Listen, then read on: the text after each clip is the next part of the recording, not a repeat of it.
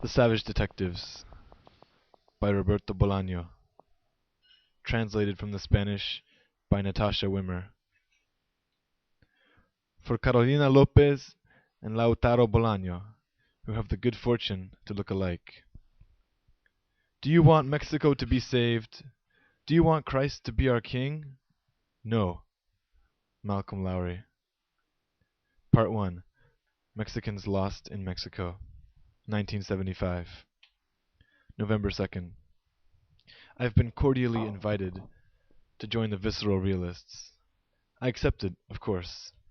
There was no initiation ceremony. It was better that way. November 3rd. I'm not really sure what visceral realism is. I'm 17 years old. My name is Juan Garcia Madero, and I'm in my first semester of law school. I wanted to study literature, not law, but my uncle insisted, and in the end I gave in. I'm an orphan, and someday I'll be a lawyer. That's what I told my aunt and uncle, and then I shut myself in my room and cried all night, or anyway for a long time. Then, as if it were settled, I started class in the law school's hallowed halls, but a month later I registered for Julio Cesar Alamo's poetry workshop in the literature department, and that was how I met the visceral realists, or viscerealists, or even vice-realists, as they sometimes like to call themselves. Up until then, I had attended the workshop 4 times, and nothing ever happened. Though only in a manner of speaking, of course, since naturally something always happened. We read poems, and Alamo praised them or tore them to pieces, depending on his mood.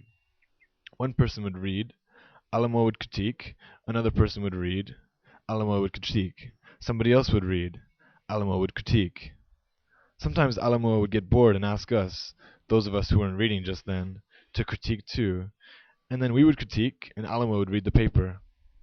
It was the ideal method for ensuring that no one was friends with anyone, or else that our friendships were unhealthy and based on resentment. And I can't say that Alamo was much of a critic either, even though he talked a lot about criticism. Really, I think he just talked for the sake of talking. He knew what periphrasis was. Not very well, but he knew. But he didn't know what pentapody was, a line of 5 feet in classical meter, as everybody knows. And he didn't know what a Nicarean was, either, a line something like a Fallacian. Or what a tetrastic was, a 4-line stanza. How do I know he didn't know? Because on the first day of the workshop, I made the mistake of asking. I have no idea what I was thinking. The only Mexican poet who knows things like that by heart is Octavio Paz, our great enemy. The others are clueless, or at least that was what Ulysses Lima told me, minutes after I joined the Visceral Realists, and they embraced me as one of their own. Asking Alamo these questions was, as I soon learned, a sign of my tactlessness. At first I thought he was smiling in admiration. Later I realized it was actually contempt. Mexican poets, poets in general I guess, hate to have their ignorance brought to light. But I didn't back down, and after he had ripped apart a few of my poems at the second session, I asked him whether he knew what a respeto was. Alamo thought that I was demanding respect from my poems, and he went off on a tirade about objective criticism, for a change, a minefield that every young poet must cross, etc., but I cut him off, and after explaining that never in my short life had I demanded respect for my humble creations, I put the question to him again, this time enunciating as clearly as possible. "Don't give me this crap," said Alamo. "A respeto, Professor, is a kind of lyrical verse, romantic to be precise, similar to the stramboto, with 6 or 8 hendecasyllabic lines, the first 4 in the form of a serventesio, and the following composed in rhyming couplets. For example," and I was about to give him an example or two when Alamo jumped up and cut me off. What happened next is hazy, although I have a good memory.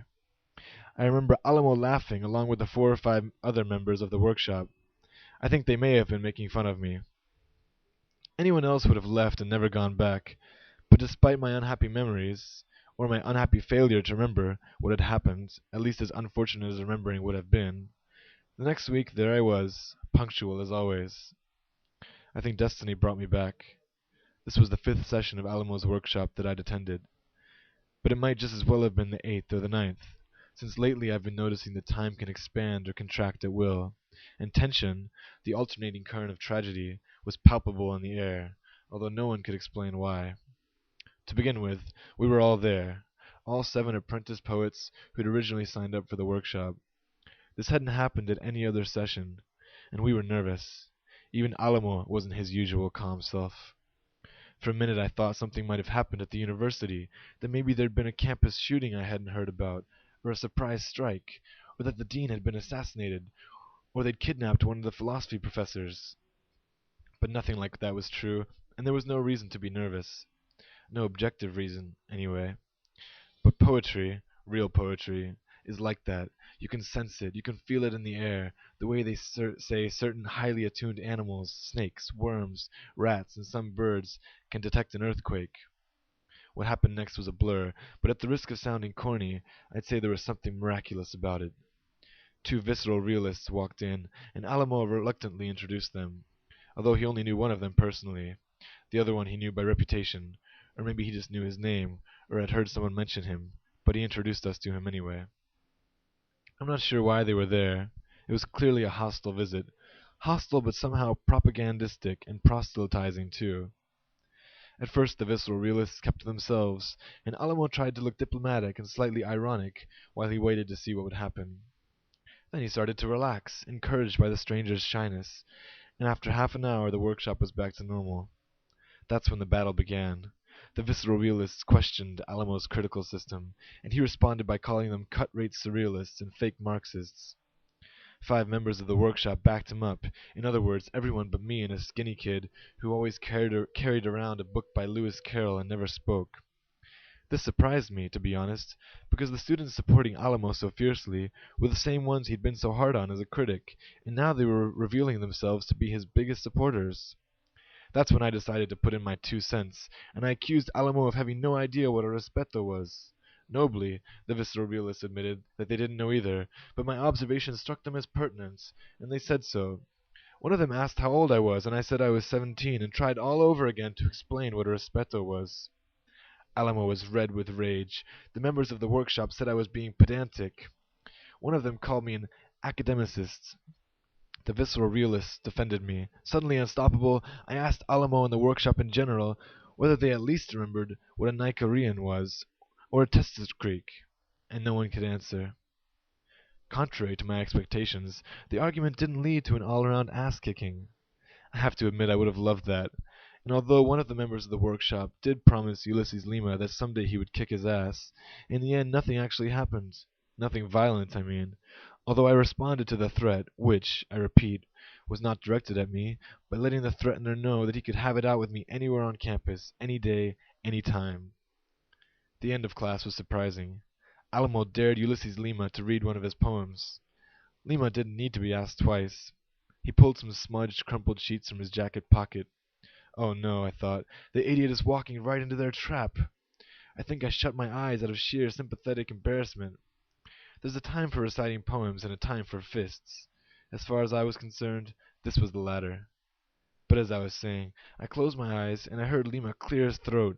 Then I heard the somewhat uncomfortable silence, if it's possible to hear such a thing, which I doubt, that settled around him, and finally I heard his voice, reading the best poem I'd ever heard.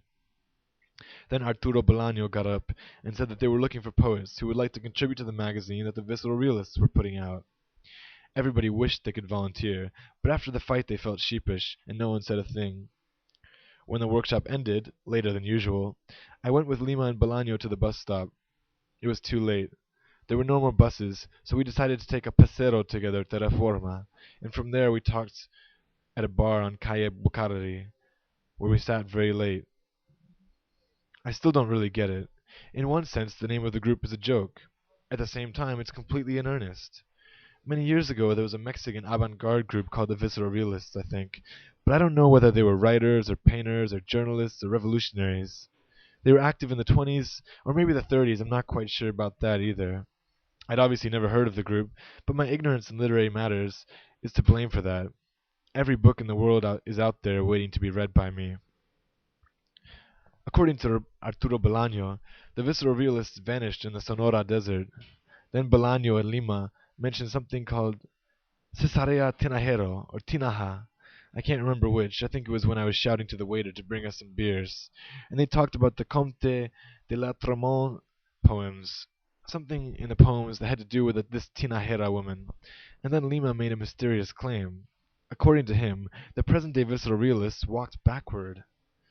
What do you mean, backward? I asked. Backward, gazing at a point in the distance, but moving away from it, walking straight toward the unknown. I said I thought this sounded like the perfect way to walk. The truth was I had no idea what he was talking about. If you stop and think about it, it's no way to walk at all. Other poets showed up later on. Some were visceral realists, others weren't. It was total pandemonium. At first I worried that Bolano and Lima were so busy talking to every freak who came up to our table that they'd forgotten all about me. But as day began to dawn, they asked me to join the gang. They didn't say group or movement, they said gang. I liked that. I said yes, of course. It was all very simple. Bolano shook my hand and told me that I was one of them now, and then we sang a ranchera. That was all. The song was about the lost towns of the north and a woman's eyes. Before I went outside to throw up, I asked them whether the eyes were Cesaria Tinajeros. Bolano and Lima looked at me and said that I was clearly a visceral realist already, and that together we would change Latin American poetry. At 6 in the morning I took another paseo, this time by myself, which brought me to Colonia Lindavista, where I live. Today I didn't go to class. I spent the whole day in my room writing poems.